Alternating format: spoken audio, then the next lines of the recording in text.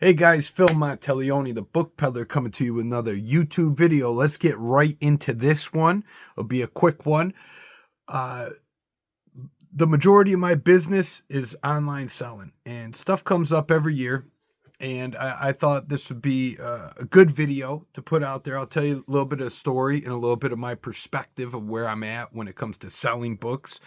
I've learned a lot the last 10 years, learned a lot from other booksellers, and everybody has different models and how they go about things. So if anything, this just to maybe broaden horizons a little bit. And I'll tell you the story and how I handled it on a sale and ultimately got what I wanted out of it.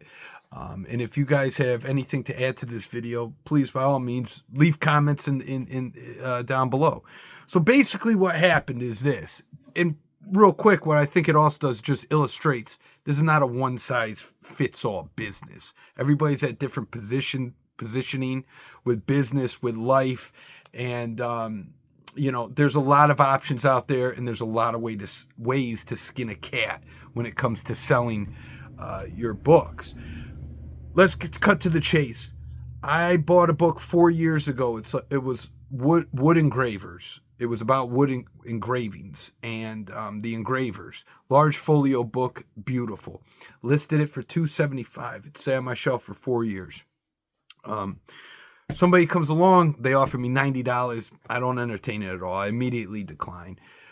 So this individual sends me a screenshot of the same book selling at auction this year for $125. And he was justifying his offer to me, saying, this is how I came up with the offer. This has sold at this number like last week. And I kind of laughed about it. I was like, so somebody found a sleeper at an auction. My business is based around one of the main aspects of it is to find good material for a good price to make money on. I find those sleepers and make money on them every year. So just because somebody found a great deal out there for a steal, found a sleeper, doesn't mean I got to sell you my book for little to nothing. I mean, I've been in the business this long to learn, study, refine my eye, refine my instincts, my expertise in particular areas of book selling to be able to make that buy and make money. So again, I value my book differently than you do. And he told me a story why he wants it. It's irrelevant. It has to do with the value of the market. I don't care about the story. And he was cordial about it. And he also knew what I was talking about because he's in the same type of business. It's like no hard feelings. And, to wrap up the story quickly, I said, listen, this is the number I'll take for it. And it was far more than $90. And guess what? He took it. So I got what I wanted out of it.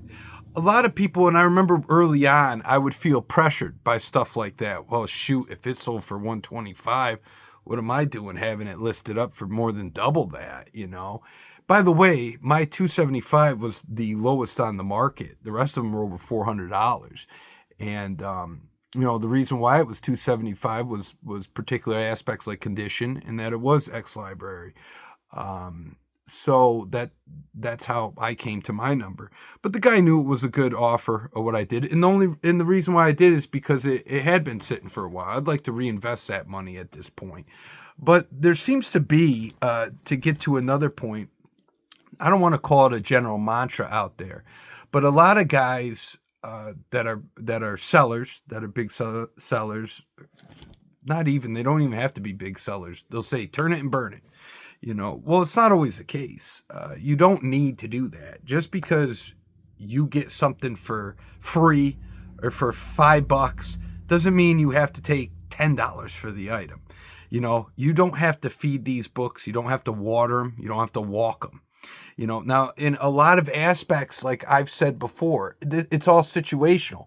A lot of books I don't mind taking less for, but I don't want to train my buyers that they can get books off of me for 60% off. Sorry, I'm not going to do that. It doesn't make sense to my model. If you're a big merchant seller or aspire to be, or maybe you get in a lot of material and you have no accountability to what price you get, then okay, you can roll the sales like this. But my model's a little different, and I don't need to be giving away my material. Old bookseller told me, here's some old bookseller wisdom, a couple different things. I was dealing with an individual early on who was always trying to get me down on price. My pricing's fair. It's fairer than 99% of people you'll see out there, if I do say so myself. And he would always come in and always try to knock me around, you know. And this guy tells me, he goes, this old bookseller, he goes, does this guy work for a living? Oh, well, yeah. Okay, then if he really wants a book, if he really desires this, then he's going to buy it. You know, you don't have to give anybody a deal out there. Don't feel like you have to give these massive deals to people. For people to be buying $200 books, $500 books, $1,000 books, they have some money. They have expendable money. Okay. Do you want to deal with the guy who's going to pay you your price, or the guy that you cringe when they pull up to your shop? Because he's like, oh God, I got to deal with this again. Another thing this book dealer said to me too, was every time you have if you have an annual sale, people will wait for that sale. So why are you competing against yourself? Now, again, this isn't a one size fits all. And I do like to deal with people. I don't mind running sales. I don't mind doing things like this. But that's me. It works for me. I don't mind it. But you don't have to. You don't have to sell yourself short every time out there because somebody sends you a screenshot and says you should be selling your book for this number for me because somebody undervalued their book, or you got it for cheap. It doesn't matter. Some of the most expensive things in sales that I've made have been things that were sitting on my front doorstep for free. So what? You know, I don't have to give away my items. I know this one guy, he's an antique dealer, and he always had the same thing. He'd say, well, as long as I double my money, I'm happy with it. All you got to do is double your money. Well, yeah, but you have slow days too. You know, not every day is a $500 day for most people. You know, some days you might not sell a thing.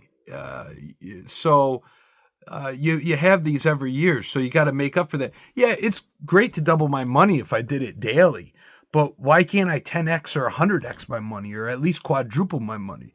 You can. I've said you got to buy it right first and foremost, right? But the main point is I want to deal with people that I want to deal with, and certain guys that would come in that would always try to be knocking me around. Yeah, out of necessity, I would have to deal with them on a particular level because the stage of business I was in, I needed that cash flow desperately at the time. Now I don't need to deal with anybody on that level like that unless if I choose to. You know, if the book's been sitting a while, I want to move it, I'll move it, you know, if I get tired of looking at it. Now, I'm running out of time here on the camera. But I will say also, when you're giving people these great deals, most people, they're not as appreciative as you might think they are. Put it to you that way. And there's an old saying, there's no such thing as a free book. 100% true. There isn't. You're handling that book. You're dealing with it. It's sitting, it's taking up space. There's no such things. Don't give away your books for nothing. You're not running a non-for-profit business here. Don't be afraid to ask your price and get the price you believe you deserve to. Again, all situational. Now, real quick, there's a guy out there. His name's Tech and Sports. I mentioned his name before. Largest used clothing dealer, I believe, reseller.